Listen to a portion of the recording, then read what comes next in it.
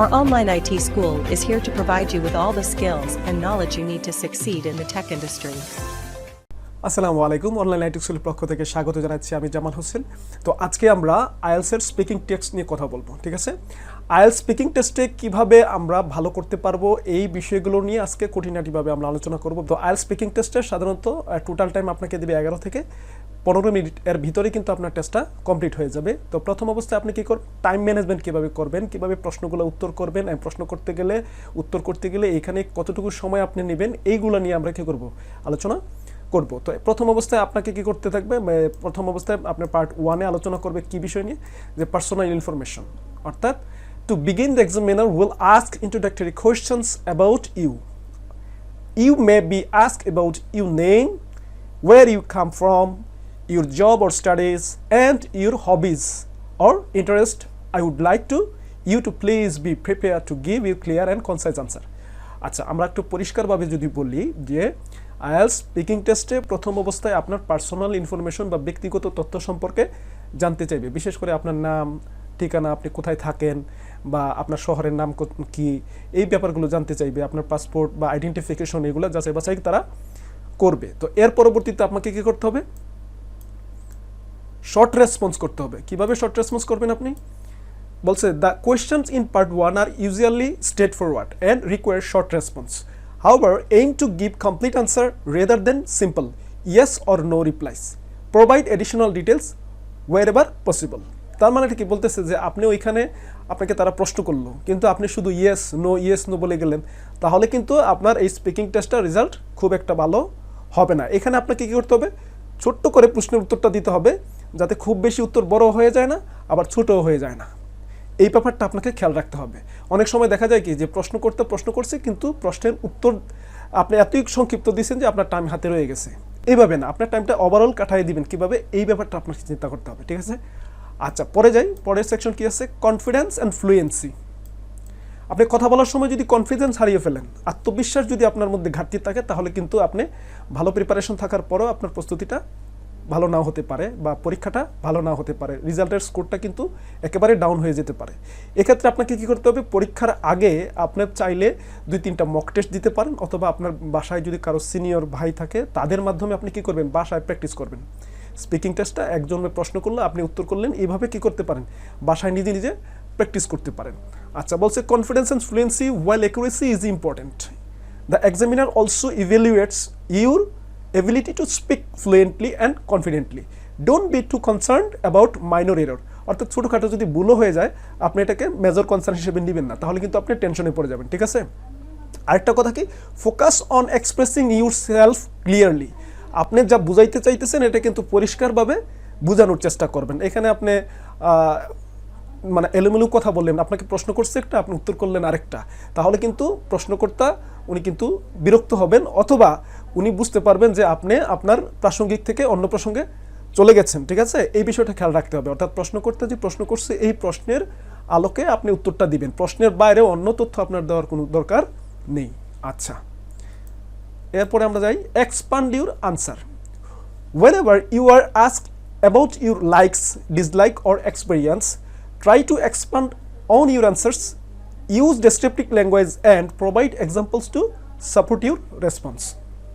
কথাটা যদি আমরা ব্যাখ্যা করি তাহলে বুঝতেছি যে আপনার পছন্দ এবং অপছন্দ এই ব্যাপারটা যদি তারা জানতে চায়, বা ইন্টারেস্ট বা হবি এই বিষয়গুলো জানতে চায়, তখন আপনি কি করবেন, আপনার উত্তরগুলো একটু ডিসক্রিপটিভ হবে, অর্থাৎ একটু বর্ণনামূলক হবে, গুছিয়ে বলতে হবে, কনসাইজভাবে বললে হবে না, ঠিক আছে? এখানে আপনার নিজের উপর নিজের কি থাকতে হবে, একটা আত্মবিশ্বাস নিয়ে কি করতে হবে, কথাগুলো বলতে হবে। এমন না যে আপনি মুখস্থ করে কথা বলছেন, অথবা আপনি যে সেন্টেন্সগুলো বলতেছেন ওই সেন্টেন্সের মধ্যে টেন্স জনিত ভুল হচ্ছে, অথবা সেন্টেন্স মেকিং জনিত ভুল হচ্ছে, সেন্টেন্স স্ট্রাকচার জনিত ভুল হচ্ছে, এরপরে আপনার উচ্চারণ জনিত ভুল হচ্ছে। এই জিনিসগুলো কিন্তু আপনার ওভারঅল খেয়াল রাখা লাগবে, ঠিক আছে? আচ্ছা, পরে যাই, আই কন্ট্যাক্ট। দেখেন, একটা গুরুত্বপূর্ণ ব্যাপার হচ্ছে, আমি আপনার সাথে কথা বলতেছি, এখন আপনি যদি উপরের দিকে চেয়ে কথা বলেন, অথবা নিচ দিকে চেয়ে কথা বলেন, অপরটা অন্য দিকে চেয়ে কথা বলেন, তাহলে কিন্তু প্রশ্নকর্তা বিরক্ত ফিল করবে। কারণ কি হয়, মনে হচ্ছে যেন তাকে আপনি পছন্দ করছেন না, অথবা তার কথা আপনার ভালো লাগতেছে না, অথবা আপনি ভয় পাচ্ছেন, এই ধরনের কথাগুলো কিন্তু চলে আসে। তাহলে আই কন্ট্যাক্ট ভেরি ইম্পর্টেন্ট, অর্থাৎ আপনি প্রশ্নকর্তার সাথে চোখে চোখ রেখে কথা বলবেন। ঠিক আছে, বলছে maintain eye contact with the examiner and use appropriate body language, this will help you make sure you are confident and engaged your the interview. তার মানে আপনার এই ইন্টারভিউ সেশনটার মধ্যে আপনি সবসময় চেষ্টা করবেন প্রশ্নকর্তার সাথে আপনার নিজস্ব একটা যোগাযোগের সেতুবন্ধন তৈরি করার জন্য। এতে কী হবে, আপনি স্ট্রেসলেস থাকবেন সবসময়, আপনার মধ্যে কনফিডেন্স কাজ করবে বেশি, কনফিডেন্স বেশি কাজ করলে আপনার স্কুল লেভেলটা ভালো আসবে। ওকে, আচ্ছা নেক্সট লেভেলে চলে যাই। নেক্সট লেভেলে কী আছে আমাদের, speak naturally, speak at a natural pace as if you are having a conversation with a friend. Avoid speaking too quickly or too slowly. এখানে কথা বলতেছি কি যে আপনি যখন প্রশ্নকর্তার সাথে কথা বলবেন, আপনাকে যখন প্রশ্ন করবে তখন আপনি প্রাকৃতিকভাবে ন্যাচারালি আপনি আপনার একজন বন্ধুর সাথে যেভাবে কথা বলেন, একজন শিক্ষকের সাথে যেভাবে কথা বলেন, ঠিক এইভাবে কি করবেন, আপনি কনভারসেশনটা করার চেষ্টা করবেন। এমন না যে আপনি এখানে আপনার স্পিকিং টেস্ট খুব বেশি ভালো, আপনি খুব স্পিডে কথা বললেন অথবা খুব স্লোলি কথা বললেন সময় পাস করার জন্য। এই জিনিসগুলো কিন্তু আপনাকে খেয়াল রাখতে হবে। আপনি খুব বেশি স্লোলিও কথা বলবেন না, আবার খুব বেশি ফাস্টেও কথা বলবেন না। ন্যাচারাল, যেভাবে আমরা স্বাভাবিক একজন মানুষের সাথে দেখা হলে আমরা আমাদের নিজেদের মধ্যে যে যোগাযোগটা করি, কমিউনিকেশন করি, এইভাবে আপনাকে কী করতে হবে, কনভারসেশনটা চালিয়ে যেতে হবে। ওকে, আচ্ছা পরের টপিকসে যাই আমরা। Listen carefully. এখানে বলতেছে প্রশ্নকর্তা যে প্রশ্ন করবে এই প্রশ্নের উত্তরটা দেওয়ার আগে আপনার কিন্তু প্রশ্নটা ভালোভাবে বুঝতে হবে। আপনি প্রশ্ন না বুঝেই যদি উত্তর করা শুরু করে দেন তাহলে কিন্তু আলটিমেটলি আপনি আপনার কনটেক্সট থেকে দূরে সরে যাবেন। আর কনটেক্সট থেকে দূরে সরে গেলে কিন্তু আপনার প্রশ্নের উত্তরটা প্রাসঙ্গিক নাও থাকতে পারে। আর প্রাসঙ্গিক যদি না থাকে তাহলে আপনি প্রত্যাশিত স্কোর আশা করতে পারবেন না। এখানে বলছে pay close attention to the examiners questions, ensure you fully understand the question before responding. If you don't understand, you can politely ask the examiner to repeat or clearly. তার মানে বলতেছে কি যে আপনি যদি প্রশ্ন নাও বুঝতে পারেন, আপনি আবার প্রশ্ন করতে পারেন যে আমি প্রশ্নটা বুঝি নাই, আপনি আমাকে বুঝিয়ে বলেন বা আরেকবার রিপিট করেন। এই কথাটা যদি আপনি বলেন তাহলে কিন্তু প্রশ্নকর্তা আপনাকে ফেয়ারলি বিষয়টা হ্যান্ডেলিং করবে। ঠিক আছে, এখানে মাইন্ড করার কিছু থাকবে না।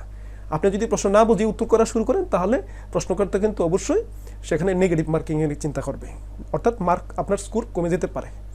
ওকে, পরবর্তীতে আমরা যাই, দেখি আমাদের পরের টপিক কী আছে, develop fluency through speaking activities.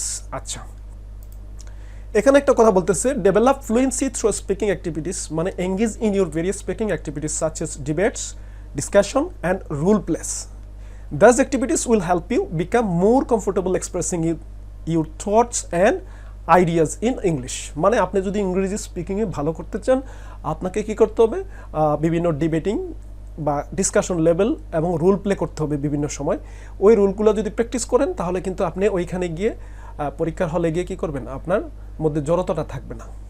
আপনি বিশেষ করে যারা আইএলটিএস করে তারা কিন্তু বিভিন্ন সময় স্পিকিং ক্লাবে যায়। স্পিকিং ক্লাবে গিয়ে নিজের সমমনা ব্যক্তিদের সাথে, কলিগদের সাথে কি করে, নিজেদের মধ্যে বিভিন্ন টপিকস নিয়ে কথা বলে এবং প্র্যাকটিস করে।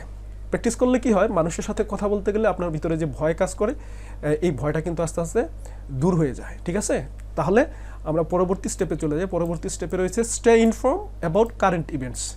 দেখেন আপনি বহির্বিশ্বে দুনিয়া কি ঘটছে না ঘটছে এই ব্যাপারগুলো কিন্তু আমরা বিভিন্ন মিডিয়ার মাধ্যমে জানতে পারি। মিডিয়াগুলো কি, যেমন আপনি ধরেন বিভিন্ন ধরনের ইউটিউব চ্যানেল আছে, ইংরেজি বিভিন্ন ধরনের নিউজ চ্যানেল আছে, তারপরে নিউজ পেপার আছে, ইন্টারন্যাশনাল জার্নাল আছে, যেমন ধরেন নিউ ইয়র্ক টাইমস বা আরও অন্যান্য যে পত্রিকাগুলো আছে, গার্ডিয়ান্স, এই পত্রিকাগুলো কিন্তু আপনি পড়তে পারেন। ওই পত্রিকাগুলোতে বিভিন্ন আর্টিকেল আসে, ওই আর্টিকেলগুলো থেকে কি অনেক সময় তারা দেখা যায় বিভিন্ন টপিক্সের আন্ডারে প্রশ্ন করে থাকে। এই প্রশ্নগুলো যদি আপনি ভালোভাবে উত্তর করতে চান তাহলে কিন্তু এই বিভিন্ন নিউজ পেপার আপনাকে পড়তে হবে। ওইখানে নতুন নতুন ওয়ার্ডের সাথে আপনি পরিচিত হবেন। এই ওয়ার্ডগুলো কিন্তু আপনার স্পিকিংয়ের ফ্লুয়েন্সিটা বাড়িয়ে দেবে। ঠিক আছে, আচ্ছা তারপরে বলছে কি read English language newspaper. Okay, এই কথাটা আমরা বলে ফেলছি অলরেডি।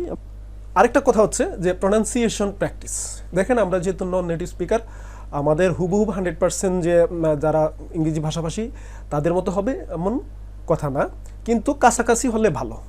আমরা প্র্যাকটিস করতে করতে কিন্তু আমাদের উচ্চারণগুলো আস্তে আস্তে কী হবে, ন্যাচারাল হতে হবে। কিন্তু আমরা চাইলেই প্রথম অবস্থায় কিন্তু প্রনাউন্সিয়েশন প্র্যাকটিস করতে পারি না। আস্তে আস্তে আপনি কী করবেন, প্র্যাকটিস করবেন, প্রতিদিন কিছু না কিছু ওয়ার্ড শিখবেন। এই ওয়ার্ডগুলো শেখার মাধ্যমে কী করতে পারেন, আপনার প্রনাউন্সিয়েশন প্র্যাকটিস করতে পারেন। প্রনাউন্সিয়েশন প্র্যাকটিস করা অত্যন্ত গুরুত্বপূর্ণ এই কারণেই যে আপনি একটা বিদেশি ভাষা শিখছেন, এই ভাষার আত্মমর্যাদা আছে। আমরা যেভাবে খুশি খেয়াল খুশির মতো যদি আমরা উচ্চারণ করি, তাহলে ওদের ভাষা সম্পর্কে আমাদের একটা নেতিবাচক আইডিয়া তাদের ভিতরে প্রবেশ করবে। যার জন্য কি আমরা চাই না যে কারো ভাষা সম্পর্কে আমরা নেতিবাচক কোনো মন্তব্য কেউ করুক। টাইম ম্যানেজমেন্টের ক্ষেত্রে সবচেয়ে গুরুত্বপূর্ণ হচ্ছে if you find you're running out time try to conclude a response gracefully.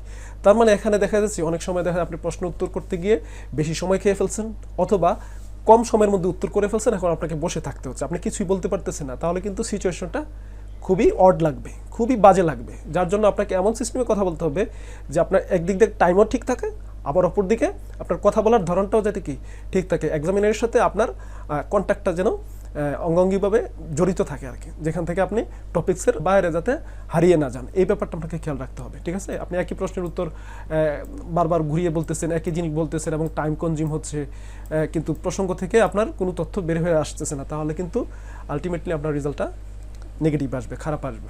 Maintain positive and polite demeanour throughout the interview. Use polite express like please, thank you. Positive and polite ব্যাপারটা কি? আমরা যখন কথা বলি অবশ্যই আমাদের উচিত বয়োজ্যেষ্ঠ হোক আর ছোটই হোক, তাদের ব্যাপারে কথা বলার সময় প্লিজ বা থ্যাংক ইউ কথাটা ব্যবহার করা। মানুষকে ধন্যবাদ দিলে মানুষ ছোট হয়ে যায় না, বড় হয়ে যায়। ঠিক আছে, তো ধন্যবাদ দেওয়ার চেষ্টা করবেন, মানে থ্যাংক ইউ ভেরি মাচ কথার শেষে আপনি থ্যাংক ইউ কথাটা ব্যবহার করতে পারেন, অথবা প্লিজ কথাটা ব্যবহার করতে পারেন, কুড ইউ কথাটা ব্যবহার করতে পারেন। এতে কি হয়, আমাদের ভাষার সৌন্দর্যটা আরও বৃদ্ধি পায়। মেমোরাইজেশন, অর্থাৎ অনেক সময় দেখা যায় আমরা স্পিকিংয়ে কথা বলার জন্য, অর্থাৎ স্পিকিং টেস্ট দেওয়ার জন্য বিভিন্ন সময় বিভিন্ন স্ক্রিপ্ট মুখস্থ করে যাই, যে এই টপিক্সটার আন্ডারে আমি কথা বলবো বাস, কিন্তু পরীক্ষা হলে গিয়ে দেখলেন যে আপনি যেটা পড়ে গেছেন ওইটা না বাদ দিয়ে অন্য একটা টপিক চলে আসছে, আর অন্য একটা টপিক্স আসার কারণে আপনি তো পুরাই স্ট্রেস হয়ে গেছেন যে আমি যেটা পড়ে আসছি এটা কমন পড়ে না, এখন আমি কি করব, তখন আপনার গুলমেল শুরু হয়ে যায়। আর গুলমেল শুরু হয়ে গেলে কিন্তু আপনি যা শিখে গেছিলেন, যা পড়ছিলেন সবই কিন্তু ভুলে গেলেন। সো স্পিকিং কিন্তু মুখস্থ করার কোনো ব্যাপার না, এটা হচ্ছে প্র্যাকটিস। আপনি ন্যাচারালি উঠতে বসতে চলাফেরার ক্ষেত্রে আপনি বিভিন্ন শব্দগুলো সেন্টেন্সগুলো ব্যবহার করবেন, এটাই কিন্তু একসময় আপনার ভালো একটা স্কোর এনে দিবে। ঠিক আছে, আপনি কখনোই মুখস্থ করার চেষ্টা করবেন না, মুখস্থ করলে কিন্তু আপনি সেন্টেন্স মুখস্থ করলে কিন্তু ভুলে যাবেন, আর ভুলে গেলে কিন্তু বিপত্তি। ওকে, আচ্ছা, তারপরে আছে আস্ক ফর ক্লিয়ারিফিকেশন। এই কথাটা আমরা একটু আগে আমরা বলছি যে আপনি যদি কোনো টপিকস বুঝতে না পারেন তাহলে আপনি আপনার কী করবেন, প্রশ্ন করতে পারেন প্রশ্ন করতে থেকে। আর একটা জিনিস বলছে এখানে যে don't hesitate to ask examiner to repeat you refresh it, it's better to seek clarification to provide an incorrect answer. অর্থাৎ আপনি ভুল উত্তর দেওয়ার চাইতে প্রশ্নটা যে বুঝেন না, এটা আপনি প্রশ্নকর্তাকে প্রশ্ন করে আবার প্রশ্নের উত্তরটা বের করার জন্য আপনি আবার উল্টা প্রশ্ন করতে পারেন যে আমি প্রশ্ন বুঝি নাই, রিপিট করার জন্য। রিপিট করলে কি আপনি আপনার উত্তরটা আবার সঠিকভাবে দিতে পারবেন। একটা বলছে ভোকাবুলারি রেঞ্জ। এখন গুরুত্বপূর্ণ টপিকস হচ্ছে ভোকাবুলারি। ভোকাবুলারি মানে শব্দ ভান্ডার, আপনি কী ধরনের শব্দ ব্যবহার করে কথাগুলো বলতেছেন। এই শব্দগুলো যদি আপনার একেবারে কমন ওয়ার্ড হয় তাহলে কিন্তু আপনার স্কোরটা খুব বেশি একটা ভালো আসবে না।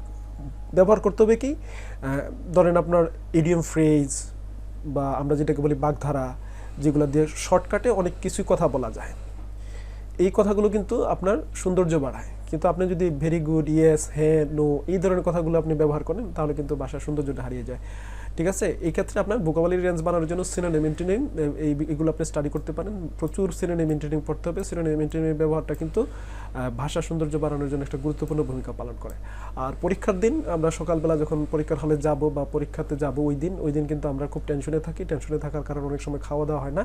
খাওয়া দাওয়া না হওয়ার কারণে কিন্তু কী হয়, আমাদের মধ্যে ডিহাইড্রেশন চলে আসে। অর্থাৎ আমাদের ডিহাইড্রেশন মানে আমাদের শরীরে পানি শূন্যতা দেখা দেয়। আর পানি শূন্যতা দেখা দিলে আমাদের মাথা ঘুমায়, মানে মাথা ঝিমানি চলে আসে, মাথা ব্যথা চলে আসে এবং অনেক সময় দেখা যায় বমিও হতে পারে বিভিন্ন স্ট্রেসের কারণে। তো এখানে আপনার এটাকে কাভার করার জন্য আপনি পানি পান করবেন, খুব বেশিও না, আবার মিডিয়াম লেভেলে পানি পান করবেন যাতে আপনি ডিহাইড্রেট না হয়ে যান। পরীক্ষার হলে যাওয়ার আগে প্রয়োজনে আপনি একটা পানির বোতল নিয়ে যেতে পারেন সাথে পানি খাওয়ার জন্য।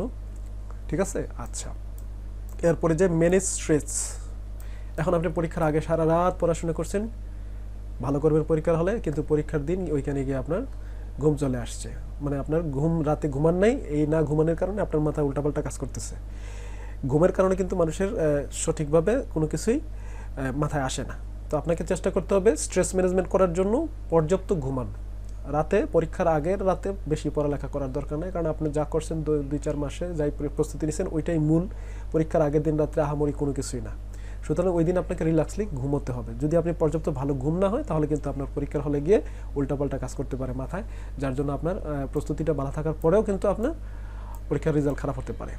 আচ্ছা, আমরা মক টেস্টের কথা বলছি। Take mock test. মক টেস্টটা মানে আপনি চাইলে আপনার পরিচিত সিনিয়র বড় ভাই যারা আছে, যারা ইংরেজি ভাষা পারে, তাদের সাথে আপনি কমিউনিকেশন করে তাদের সামনে 2-3টা কথা বলতে পারেন, আমাকে একটা টেস্ট নিয়ে দেখেন, বা তার সাথে একটা কনভারসেশন করলেন সেম আইএলস মডিউলে, অথবা আপনি আইএলস সেন্টারে যারা আইএলস নিয়ে ড্রিল করে, আইএলসের বিভিন্ন কোর্স করায়, তাদের ওইখানে মক টেস্ট দেওয়া যায়। ওইখানে গিয়ে আপনি কী করলেন, একটা মক টেস্ট রেজিস্ট্রেশন করে কিছু ফি দিয়ে আপনি কী করতে পারেন, মক টেস্ট নিতে পারেন। মক টেস্ট দিলে আপনার লাভ কি, যে আপনি এত টাকা খরচ করে একটা পরীক্ষা দেবেন, ওই পরীক্ষার স্কোরটা কেমন আসবে ওইটা কিন্তু আপনি অনুমান করতে পারবেন যে আপনার প্রস্তুতি কেমন, আর ওইখানে গেলে ফাইনাল রেজাল্ট আপনার টেস্টটা কেমন আসতে পারে। ওকে, আচ্ছা। তো সর্বশেষ আমরা যে ব্যাপারটা নিয়ে কথা বলবো, যে সব কিছুর পরে আপনার প্রস্তুতি, পড়াশোনা, দুইটার মধ্যে কিন্তু আপনার কম্বিনেশন থাকতে হবে। অর্থাৎ মিল যদি না থাকে আপনার পড়াশোনার সাথে আপনার প্রস্তুতি, শারীরিক ব্যবস্থা, টেনশন, এই ব্যাপারগুলোকে বাদ দিয়ে আপনার সর্বোপরি একটা ভালো প্রস্তুতির জন্য পড়াশোনার গাইডলাইন দরকার আছে। এই গাইডলাইনটা আপনি কোথা থেকে নেবেন? আপনার প্রয়োজনীয় সিনিয়র যারা আছে, এই আইএলস দিছে বা বিভিন্ন কোচিং সেন্টার আছে, অথবা আপনি অনলাইনে বিভিন্ন সময় ঘাটাঘাটি করে বিভিন্ন তথ্য এখান থেকে কালেকশন করে কী করতে পারেন, পরীক্ষাটা ফেস করতে পারেন। তো সবাইকে শুভকামনা জানিয়ে আজকের মতো এখানেই স্পিকিং টেস্টের টিপসগুলো নিয়ে কথা বলা শেষ করছি। আমাদের ভিডিওটি ভালো লাগলে আপনি কী করবেন, লাইক করবেন, কমেন্ট করবেন এবং শেয়ার করবেন এবং আপনাদের মতামত জানিয়ে দিবেন। তো আসসালামু আলাইকুম।